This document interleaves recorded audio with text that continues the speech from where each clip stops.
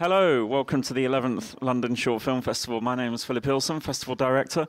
Thanks for coming out this evening to the ICA, and we're really pleased to be presenting an event with Ghostbox Records to show a selection of the work, the video work that Ghostbox have produced and made.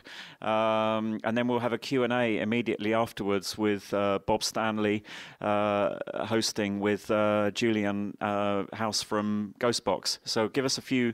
I think the program's about 50 minutes long. Give us a couple of minutes, set some chairs up and some mics, and then we'll have the Q&A.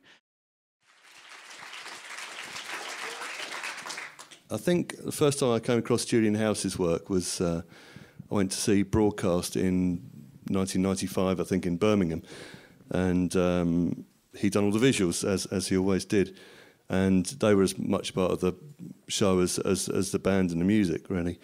And since then, he's gone on to become a very well-known, influential graphic designer, doing artwork for Stereolab, Broadcast, The Prodigy, Oasis, and also started Ghostbox 10 years ago with his school friend Jim Jupp, and has put out a lot of fantastic music since then. So please say hello to Julian House. Hello.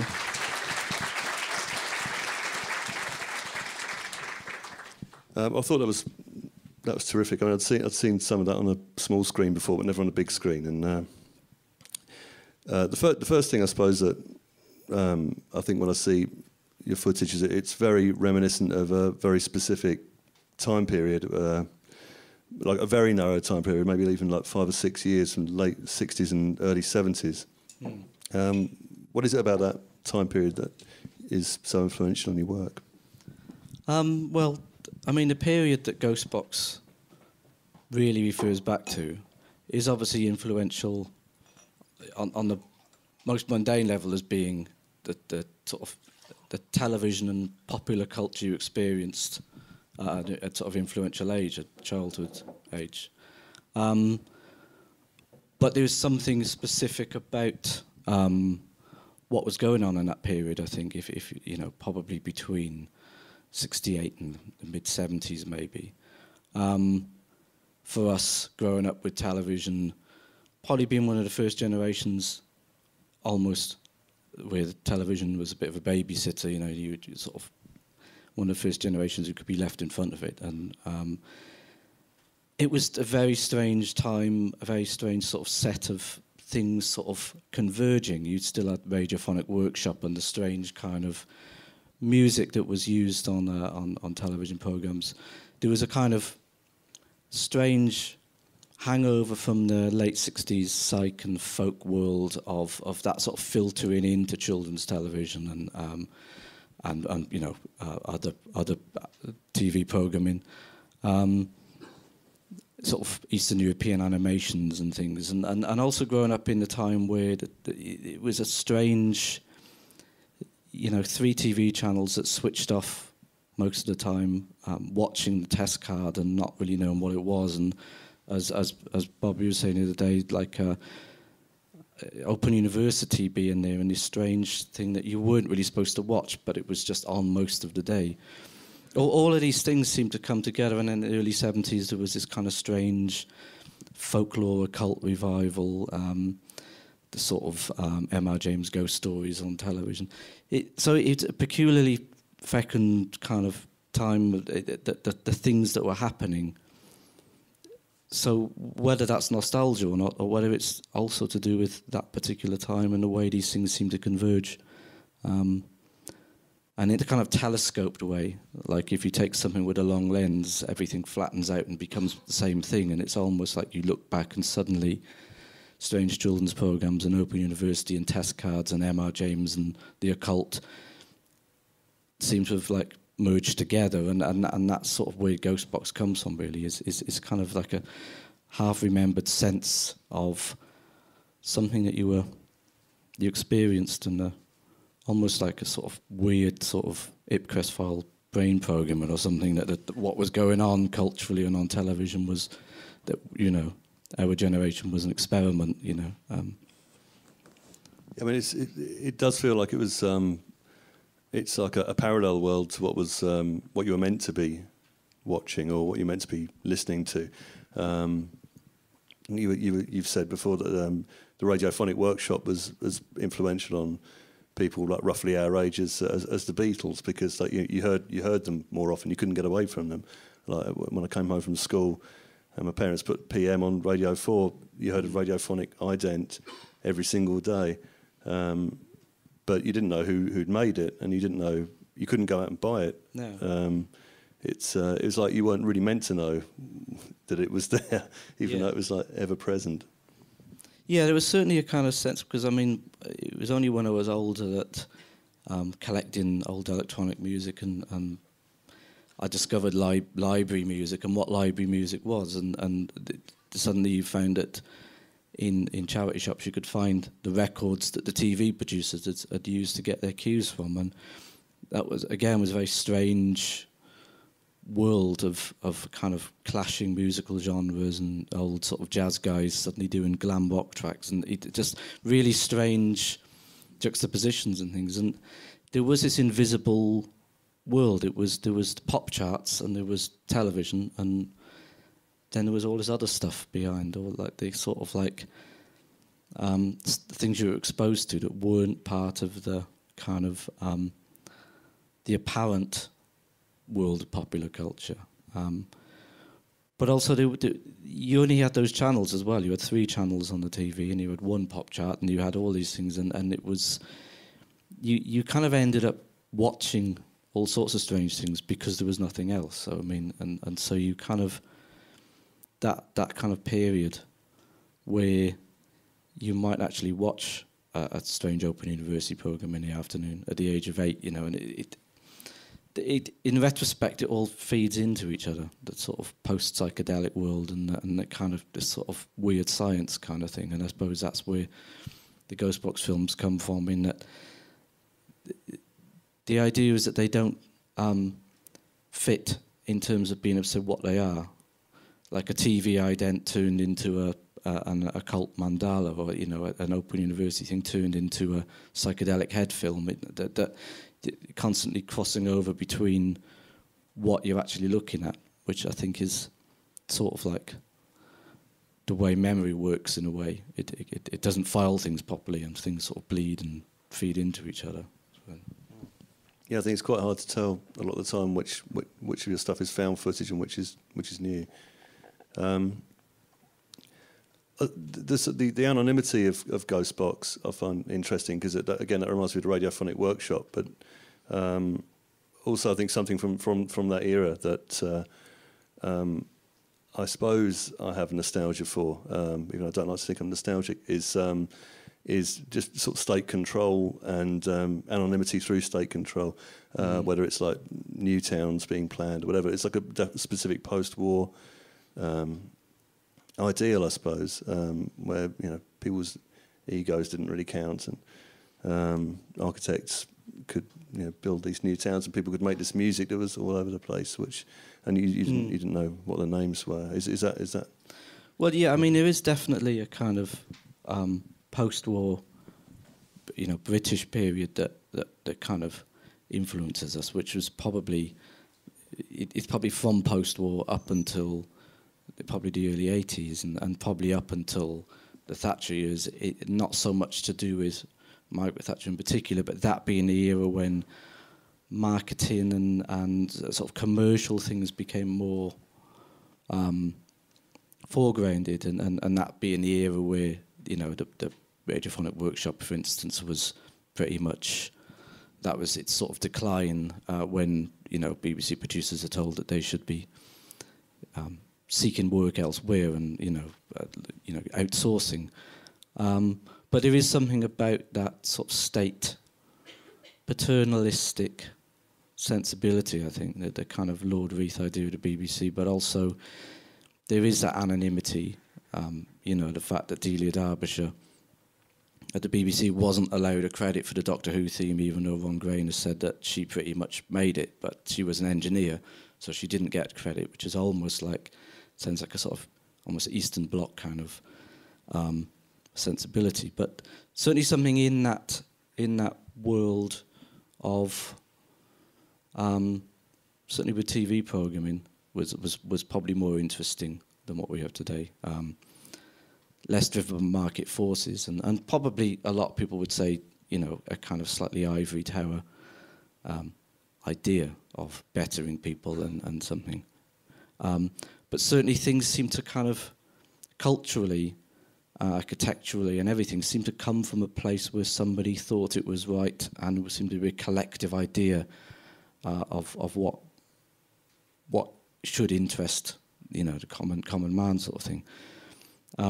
It does seem like another place, another country, you know, in retrospect, as soon as that kind of, you know, for all its flaws, it seemed to represent something more optimistic and futurist, I suppose, you know.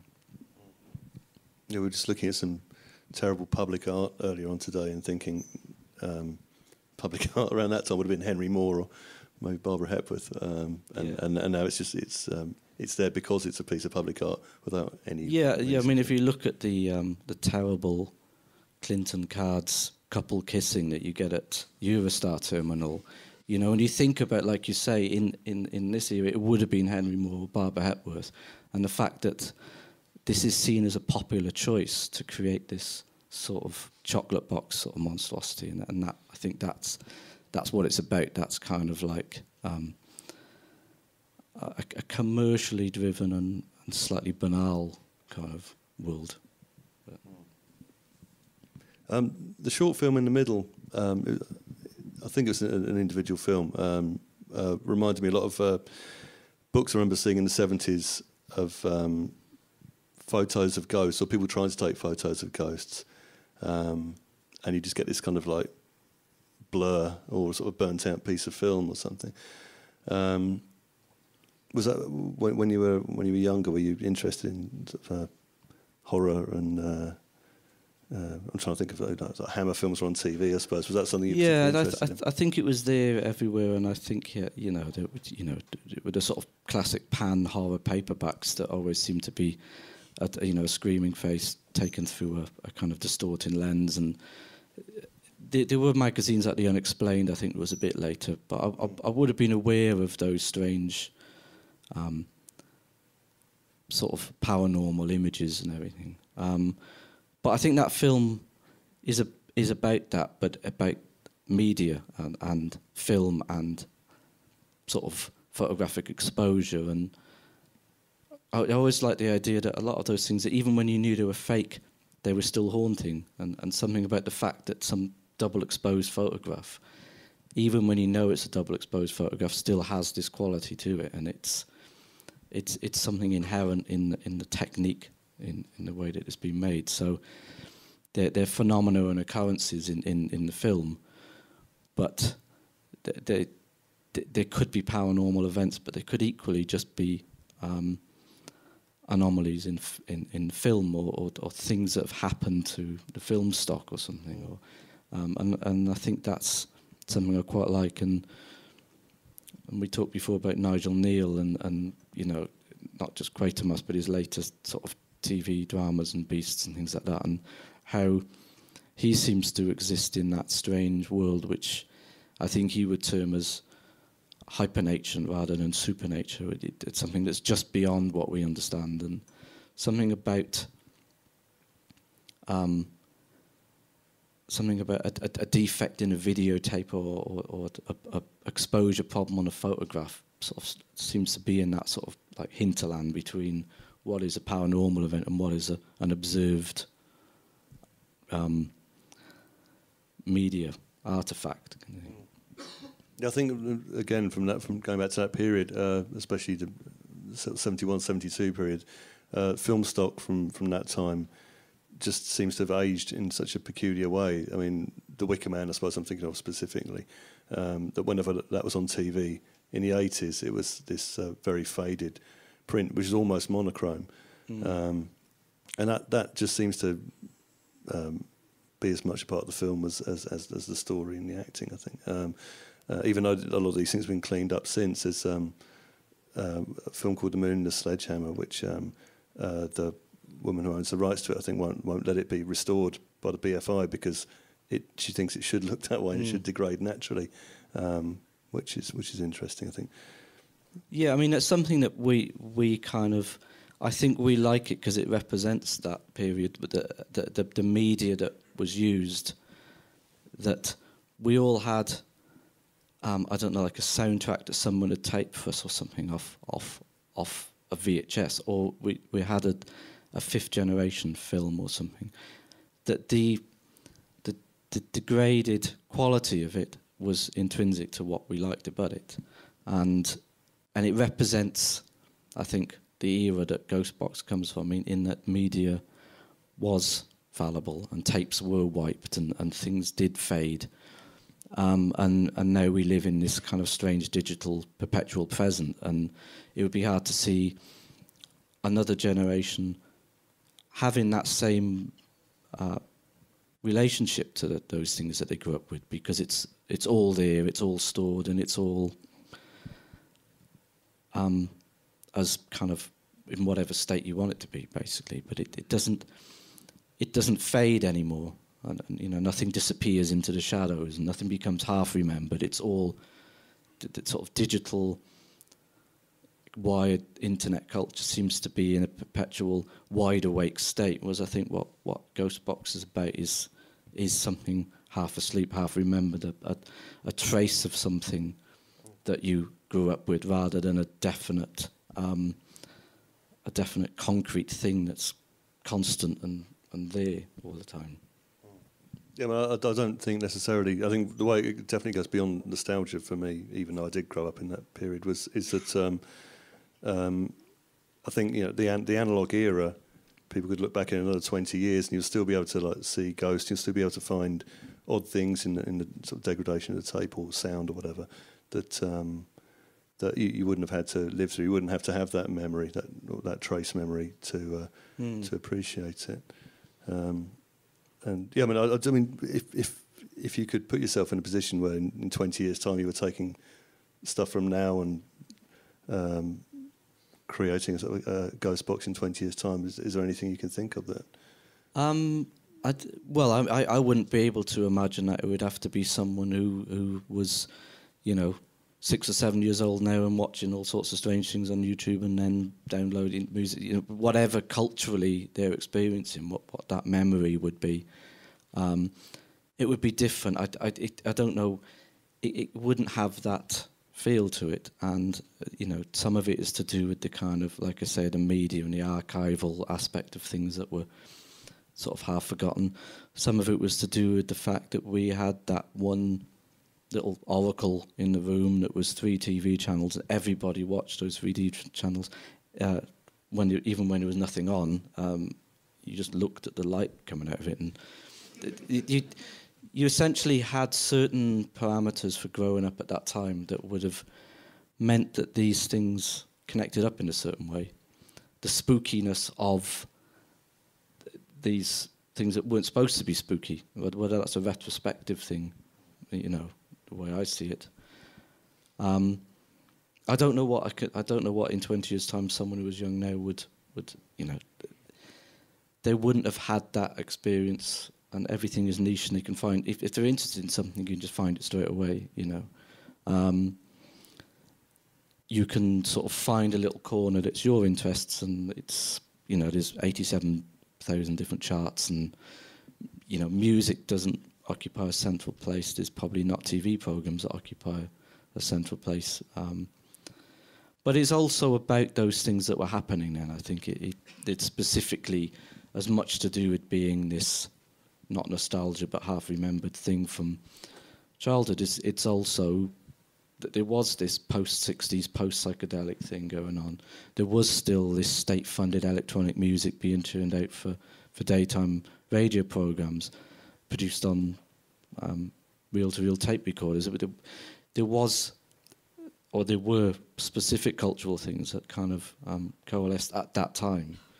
There might be the equivalent things going on now. I don't know what the background radiation of for someone who was young experiencing that would be, I'm going to throw it open to the audience now, so if anyone's got any questions, if you could put your hand up. Did you grow up in the countryside or in a town? In a sort of smallish town, probably at the time when I was young, between village and town, I'd say. So, but nothing going on, I think, would be the main thing I'd say about it. I mean, because I can remember, you know, going for a lot of strange woodland walks and stuff as a child, and because me and Jim have talked before about growing up in that part of Wales and there being, you know, a lot of strange old Celtic stuff going on there and standing stones and things, and yeah, I mean, but a lot of that slightly spooky sort of nature imagery, but that's equally maybe a retrospective thing, and I'm thinking back to my childhood, but then filtering it through the Penguin Modern Poet series of book covers that were 1970s photographs of nature. So I don't know to a degree to which I'm looking back nostalgically through a lens of other nostalgic things. But yeah, if that makes sense. So, your films are quite like psychedelic, and I guess the music as well. I hadn't thought about this until today, but I guess one part of psychedelia is like taking some material and then like bending it into a different shape, or layering over things, or you know. I was wondering how do you balance how far you push something, if you know what I mean? Yeah, no, it does. Yeah, no, I think there is the psychedelic influence, but kind of countered with the kind of schools for colleges films kind of angle on everything. But the thing I like in a lot of the sort of late 60s sort of underground film and stuff is you kind of always want to see the material somewhere. You don't distress something too far until it becomes just nothing. So I think that's the thing with psychedelic music as well, where you have the sense of something bent out of shape, but you still know what the original thing was. And so there is a limit to layering or stretching or warping or messing around with things like that. And if you don't feel those sort of analog presence of what was there originally, so it's kind of like still has that sense of psychedelia as being a particular angle on the world, as opposed to a completely fantastical thing, if you see what I mean. It's kind of like looking through a certain sort of lens or something, as opposed to it being completely fabulous and not connected to the world, I think. I was just kind of curious to know, do you kind of see your work in sort of relation to the nostalgia and programs like also the Around You, which is obviously a spoof? It's that kind of, you know, atmosphere from that period of time, essentially. Yeah, no, it was a big thing when we started off. We really liked Look Around You, and I think the first series of that, I think we connected to more when it did later when it went more like Tomorrow's World. And the first series actually, although it's kind of spoof, is actually quite strange and spooky, and there's one about measuring ghosts or whatever, that sort of stuff. And so that was quite an influence, but we didn't want to be so specifically lampooning anything, and we didn't want to make anything that was specifically, this is a public information film or this is a children's program. It's all a bit more meshed together, and there is an element of humour in there somewhere, but it's all sort of warped with other factors. But yeah, that was an influence on kind of looking at that particular period through in a certain way, you know. So, all of your work looks very analog in film. I was wondering how much of it is actual analog, or how much is kind of digital recreations of analog effects, and what the balance is between. It's not. I don't use digital recreation of analog effects, but I will. There is some stuff that's shot digitally, but then it's layered with stuff that's kind of on film. I'm not kind of purist about the media that's used. It's the end feel that I'm interested in. So I don't want anything to look digital. But if I'm shooting something on a digital camera and then using it in conjunction with other things, a lot of it's done stop motion, even when it's just kind of footage of nature. It's done stop motion, just holding down the shoot button and just rapid frames, because that always has that kind of strange flickering, unreal feel that sort of stops it having that kind of flat digital video look. But I think that the feel is analog, but it is analog process involved. But I'm not kind of against it using anything, like I say, shot digitally. It just has to have that feel at the end, I think. Yeah, I was just wondering how much of an influence people like Julian House and Oscar Fischer were in your film.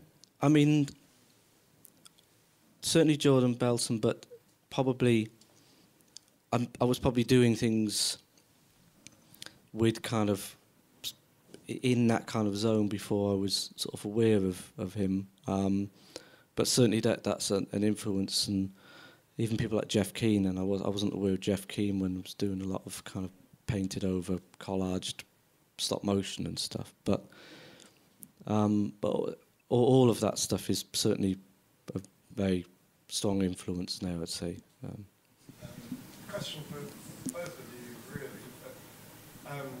Obviously, the Ghostbox to microverse is very much based on your experience of British or UK kind of culture of the period. I wondered if either of you have seen a similar process taking place in other countries or in other cultures, with people kind of reshaping and remelding their own kind of culture from that period in a similarly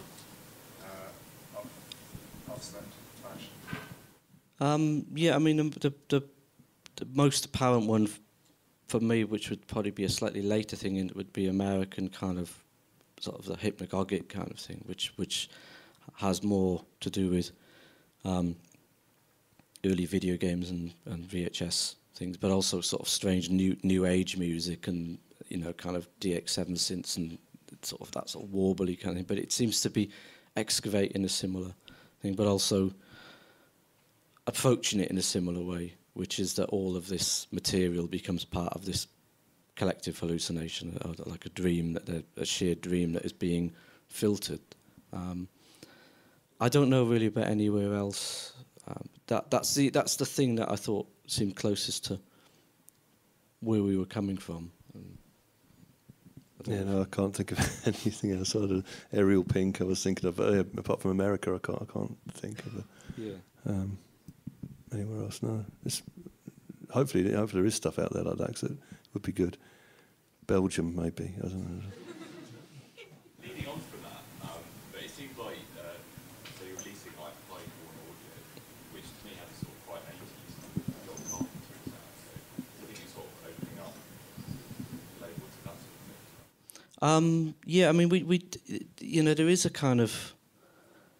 sense of what Ghostbox is about, and it's almost a defined time period in a way, but it's not completely defined of what can fit into that sort of world, and that's something that when we did with the Pie Corner audio release was to try to see where that kind of connected to what we were interested in. It probably was the kind of a later period of, you know, BBC micro games and those sort of strange TV programs like The Adventure Game and that sort of period. But without being too specific to say that's what it is. But even then, his work still seems to, it might be later, but it still seems to hark back to an analog past. It still feels as sort of more early 80s, I suppose, synth music. It still feels not part of the contemporary digital kind of world. But there's always a way that we can, it always feels like whatever we do, even if it's different, kind of still fits back to this central, loose, I wouldn't say idea, but I mean, there's a sense of what it's all about, even if we don't really know what that is, and everything has to kind of connect to it somehow. Well, thanks very much to everyone for coming, and we should all say thanks very much to Julian House for showing his wonderful films.